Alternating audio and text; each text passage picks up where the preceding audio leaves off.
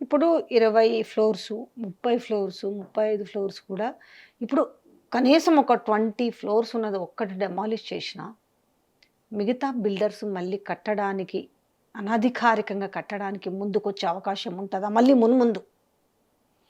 ఈ పాయింట్ అంటే మీరు అన్నదానికి నేను చెప్పేది ఏంటంటే, ఇప్పుడు నేనే బిల్డర్ ఉన్నానండి ఫర్ ఎగ్జాంపుల్ 30 అంతస్తులు కట్టాను. హ్మ్. డెమాలిష్ చేస్తున్నారు.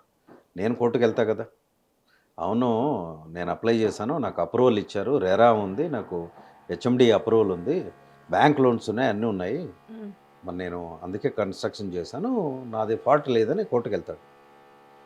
కోర్టు స్టే ఇస్తే కదా దాన్ని ఆపేది. కోర్టు నుంచి స్టేలు తెచ్చుకుంటారు. హ్మ్. ఆ కోర్టు కేసు నడుస్తూనే ఉంటది. కోర్ట్ అంతా ఇమ్మీడియేట్‌గా డెమోలిషన్ చేయమని ఇవ్వదు కదా! ఇప్పుడు వీళ్ళంతా కలిసి కూడా ప్రాబబుల్‌గా ఉండొచ్చు.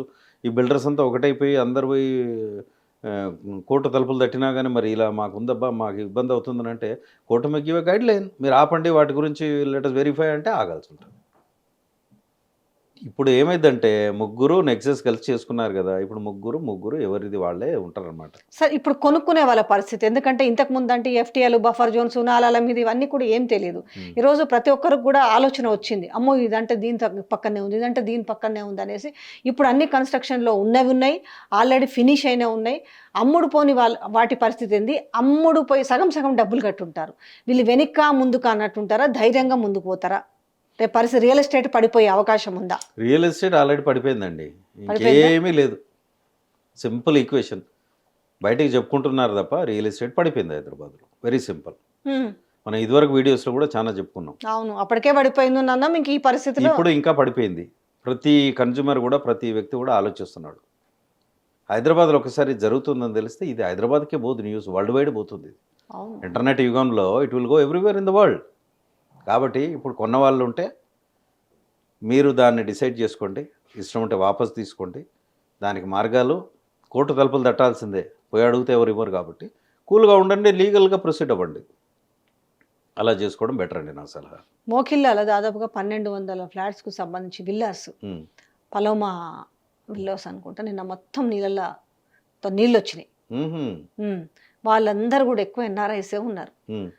మేము అక్కడి నుంచి వచ్చి ఇక్కడ చేసుకుంటే ఇట్లుంటదా? మమ్మల్ని ఇంత మోసం చేస్తారా? ఇట్లా చేస్తారా? అనేసి నీళ్ళన్నీ మొత్తం సాగైపోయినాయి. ఓహ్! మోకిలా. మోకిల్లా. ఇప్పుడు మీకు మోకిలా తీసుకోండి. నేను మోకిలా గురించి ఎన్నో సంవత్సరాల నుంచి చెప్తున్నానండి.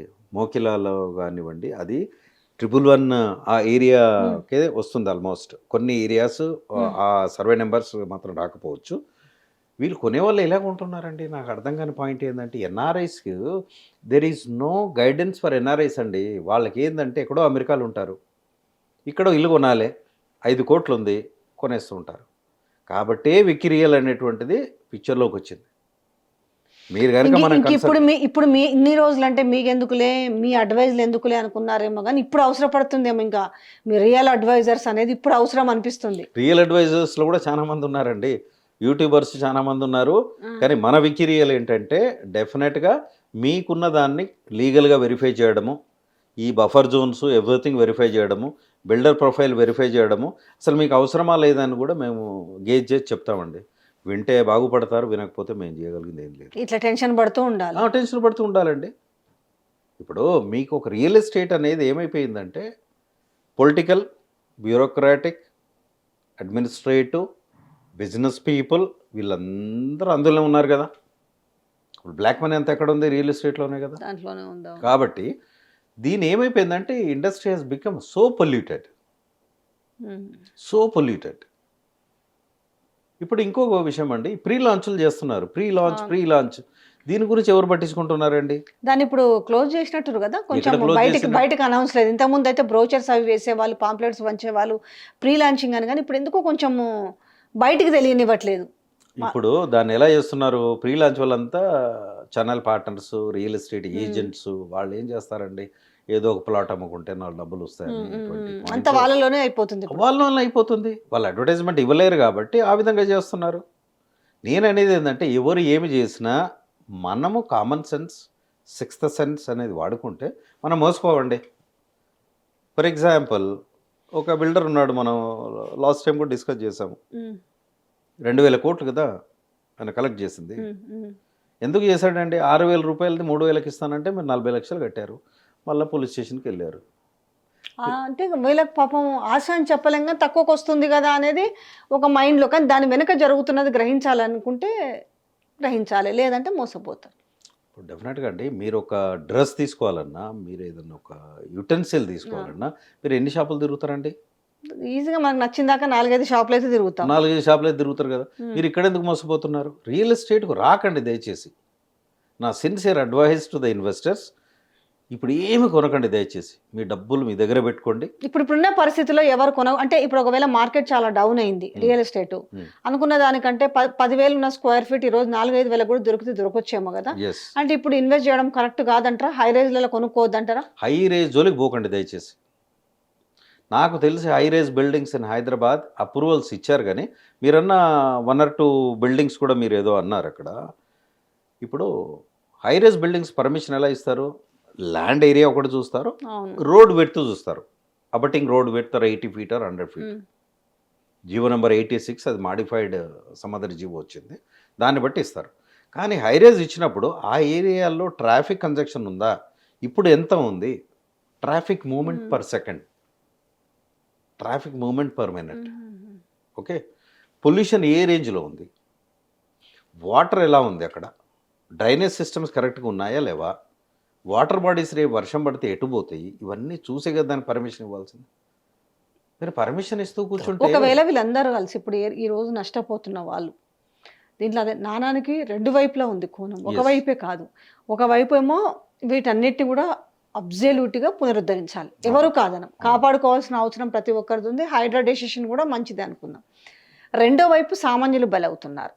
ఇప్పుడు మెయిన్ వచ్చింది సరే, ఇండస్ట్రియల్స్ లేకపోతే కమర్షియల్స్ కూలగొట్టిరంటే వేరుంది, కానీ అలా ఒక్కొక్క దాంట్లో ఎంతమంది 100 మంది, 200 మంది, 300 మంది, 400 మంది కొనుక్కున్న వాళ్ళు ఉంటుంటారు కదా.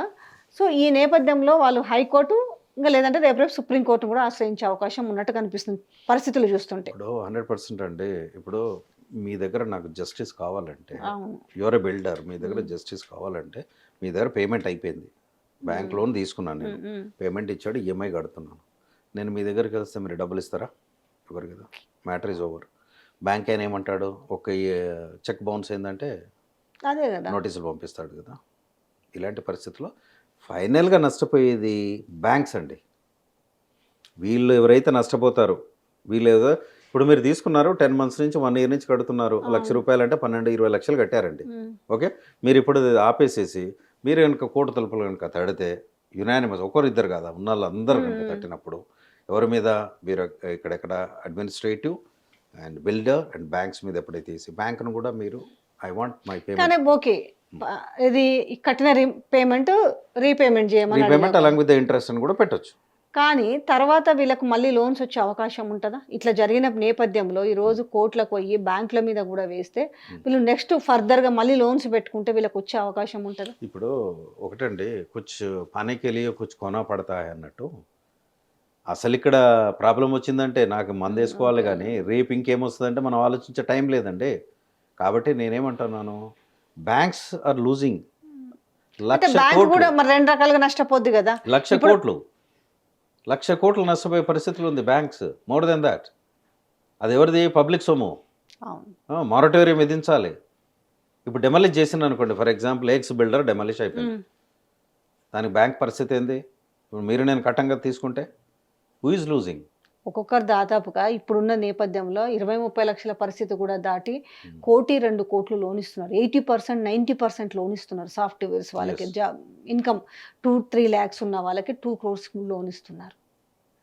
సో ఇప్పుడు ఇక్కడ డబ్బులు అక్కడ చెల్లించిండు, బిల్డర్కి ఇంటికి చెల్లించిండు, ఇల్లు చూస్తే ఇల్లు లేదు, ఈయన చూస్తే కోర్టుకు పోయిండు. కానీ బ్యాంకర్స్ ఇంకా నుంచి ఇప్పుడు రాబోతున్న వాటికి జాగ్రత్తలు వహిస్తాయా? ఎందుకంటే మనం ఒక అపార్ట్మెంట్ కొనడానికి, ఒక ఫ్లాట్ కొనడానికి పోతే పలానా బ్యాంకులో మేము ఇప్పిస్తామని చెప్పేస్తారు, ఒక పంజాబ్ నేషనల్ బ్యాంకో లేకపోతే ఇంకోటో చెప్తున్నారు కదా. ఇప్పుడు బ్యాంకులు జాగ్రత్తలు తీసుకునే అవకాశం ఉంటుందా? బ్యాంక్స్ జాగ్రత్తలు తీసుకోక తప్పదండి. బ్యాంక్స్ ఏమైపోయినాయి అంటే, బ్యాంక్స్ కూడా ఏంటంటే మనీ లెండింగ్ చేయాలి కదా వాళ్ళకి. మనకి 5% మనకి ఇంట్రెస్ట్ పే చేస్తారు, వాళ్ళు 9%, 10% వాళ్ళు, అదే కదా బ్యాంక్ బిజినెస్. ఇది ఏమైపోయిందంటే బ్రాండ్ బట్టి వాళ్ళు ఇస్తున్నారండి. మీకు నాకు లోన్ ఇవ్వరు కదా వాళ్ళు. Brand, X brand, Y brand, Z brand, దానికి ఇస్తున్నారు. నేను కొన్ని బిల్డర్ పేరు చెప్పగానే వాళ్ళకి మొత్తం మాటకి బ్యాంక్ ఎలా ఉంటుందంటే రియల్ ఎస్టేట్ బిజినెస్ అనేది మీరు ఒక ల్యాండ్ ఉంది 10 acres ఫర్ ఎగ్జాంపుల్ డెవలప్మెంట్కి తీసుకున్నాం మీ దగ్గర నేను. ఓకే, మీ ల్యాండ్ నేను తీసుకున్నాను. మీకు అన్నీ 2000 అపార్ట్మెంట్లు అంటే మీకు కొన్ని అపార్ట్మెంట్లు ఇస్తానన్నా మనం చేసుకున్నాం. దాన్ని పెట్టేసుకొని నేను అప్రూవల్ తెచ్చుకుంటా, అప్రూవల్ కాస్ట్ పెట్టేసుకుంటా. నేను ఒక కన్స్ట్రక్షన్ కంపెనీకి దాన్ని ఇచ్చేస్తాను, బ్రోషర్ రిలీజ్ చేసేస్తాను. ఓకే, అన్నీ ఉన్నాయి, bank approval, everything approved by XYZ bank. Okay, అప్పుడు ఏం చేస్తాను నేను, బ్యాంక్కి మార్టగేజ్ చేస్తున్న ఎంటైర్ బిల్డింగ్. ఎవరు కొన్నా మీకే లోన్ వస్తుంది, వాళ్ళు మీకే లోన్ తీసుకుంటారు, మీకు పే చేస్తారని మొత్తం 1000 కోట్లు నేను తీసుకొని కడుతున్నాను. ఒక 100 కోట్లు ఉంటే మనం 2000 కోట్ల బిజినెస్ చేయొచ్చు. We can do 20 times. కాబట్టి ఏమవుతుంది, బ్యాంక్స్ కూడా నష్టపోతాయి ఈ రోజుల్లో. కాబట్టి బ్యాంక్స్ కూడా రేరా చివరిగా ఒక ప్రశ్న, ఇప్పుడు ప్రతిదానికి ఇప్పుడున్న హై రేజులు అన్ని రేరా అప్రూవల్ ఏందవ్వదు, ఈ రేరా మీద ప్రభుత్వం ఎందుకు కన్నేసి పెట్టట్లేదు మరి? ఇప్పుడు that is very very unfortunate అండి, వెరీ వెరీ అన్ఫార్చునేట్. అసలు రేరా అనేది ఇదివరకు ఎప్పటి నుంచి కూడా అది కరెక్ట్గా లేదండి. అది it is not operating as required. ఏంటి రేరాకి ఏంటి, డాక్యుమెంట్స్ ఇవ్వగానే అప్రూవల్ ఇచ్చేస్తుంది, నెంబర్ ఇచ్చేస్తుంది. రేరా యాక్టివ్ ఒకటి మీరు తీసుకోండి, బాంబేలో తీసుకోండి, ముంబైలో, you see RERA in Chennai, they are very strict. Inspection చేస్తారు, 1-2 సార్లు ఇన్స్పెక్షన్ చేస్తారు, అవన్నీ వెరిఫై చేస్తారు, అప్పుడే గల వాళ్ళు సర్టిఫై చేస్తున్నారు. అంటే వీళ్ళు ఏంటంటే గో బై ద బ్రాండ్. ఆయన XYZ బ్రాండ్ ఇచ్చాడు కాబట్టి చేసేస్తారు. వితిన్ 1 week 10 daysలో అప్రూవల్ ఇచ్చినప్పుడు వాళ్ళ వెరిఫికేషన్ ఎక్కడ ఉంటుందండి? కాబట్టి వెరీ అన్ఫార్చునేట్ అండి. మనం డిస్కషన్ ఎంత చేసినా కానీ ఇప్పుడు కోడి ముందా గుడ్డు ముందా అనే సో ఒకటి, ఇప్పుడైతే మీరు ఇన్వెస్ట్ చేసే వాళ్ళైతే మాత్రం జాగ్రత్తగా ఉండాల్సిన అవసరం అయితే ఉందని ఇంతకు ముందు చెప్పినాం, ఇప్పుడు చెప్తున్నామంటే హై రేంజ్ జోలికి దయచేసి పోకండి. నా హంబుల్ రిక్వెస్ట్, మీరు దయచేసి పోకండి. మీరు కొనుక్కోవాలనుకుంటే, నిజంగా ఈరోజు కొనుక్కోవాలంటే కూడా చాలా ఉన్నాయండి. మీరు ఫస్ట్ ల్యాండ్ వెరిఫికేషన్ చేసుకోండి, ఒక సర్వే నెంబర్ను చూడకండి, చుట్టూ సర్వే నెంబర్స్ ఏంటి వెరిఫై చేయండి. ఇఫ్ యూ వాంట్ మా దగ్గర రండి, వికీఎల్ విల్ హెల్ప్ యూ. ఓకే, తర్వాత అప్రూవల్ ఎలా వచ్చింది, బిల్డర్ ప్రొఫైల్ ఏముంది, ప్రతి కన్స్ట్రక్షన్ కూడా వెరిఫై చేయండి. మీకు కార్పెట్ ఏరియా ఎంత ఇస్తున్నారండి, కార్పెట్ ఏరియాకు వాళ్ళు ఇచ్చే బ్రోషర్లు ఉన్నదని కరెక్ట్గా ఉండట్లేదండి. I'm not blaming the builders, all the builders, no way, but it has become so unorganised. దీనికి గవర్నమెంట్ చాలా టైట్గా ఉండాలి, చాలా రెస్ట్రిక్షన్స్ పెట్టాలి, అప్పుడే మనం దీన్ని ముందుకు తీసుకెళ్ళగలుగుతాం. కాకపోతే ఆఫీసర్స్ కూడా ఏంటంటే authority at the same time responsibility feel అవ్వాలి. బ్యాంకర్స్ కూడా చాలా ఆలోచించి ఇవ్వాలండి. ఇష్టం వచ్చినట్టు ఇస్తే మాత్రం వాళ్ళు కూడా నష్టపోతారు, మనం చేయగలిగేది లేదు.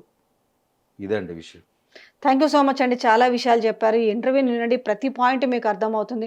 నష్టపోయే వాళ్ళు ఏం చేయాలి, నష్టపోతున్న వాళ్ళు ఏం చేయాలి, బ్యాంకర్స్ ఏం చేయాలని చాలా క్లియర్గా మంచి ఇన్ఫర్మేషన్ అయితే ఉంది. థ్యాంక్ యూ సో మచ్ అండి. నమస్తే. ప్రతి ఒక్కరు ఇంటర్వ్యూ చూడాలని కోరుకుంటున్నాను, ఎందుకంటే చాలా మందికి డౌట్స్ ఉన్నాయి, ఇప్పుడు భయంతో ఉన్నారు, మా ఇల్లు ఉంటుందా పోతుందా, ఏంది పరిస్థితి, నా ఈఎంఐలు ఏంది పరిస్థితి, ఇవన్నీ కూడా అందరికి ఒక చక్రబంధం లాగా అయిపోయింది, ఏం చేయాలని సుడిగుండంలో. ఈ ఇంటర్వ్యూలో కంటే ముందు కూడా మనం చెప్పామండి, ఇంకో పాయింట్ కూడా ఏంటంటే, మీరు ఎక్కడైతే తీసుకుంటున్నారో దానికి ఒక 10 kilometers రేడియస్ తిరగండి దయచేసి. ఓకే, మీరు 10 kilometers రేడియస్ తిరిగితే రోడ్స్ ఎలా ఉన్నాయి, అక్కడ ఏమైనా నాలాస్ ఉన్నాయా, గ్రేవ్యార్డ్స్ ఉన్నాయా, కుంటలు ఉన్నాయా, వర్షం వస్తే ఏమయ్యే పరిస్థితి, ఇవన్నీ మీరు గమనించక డెసిషన్ తీసుకోమని కోరుకుంటున్నానండి. Thank you so much. నమస్తే అండి.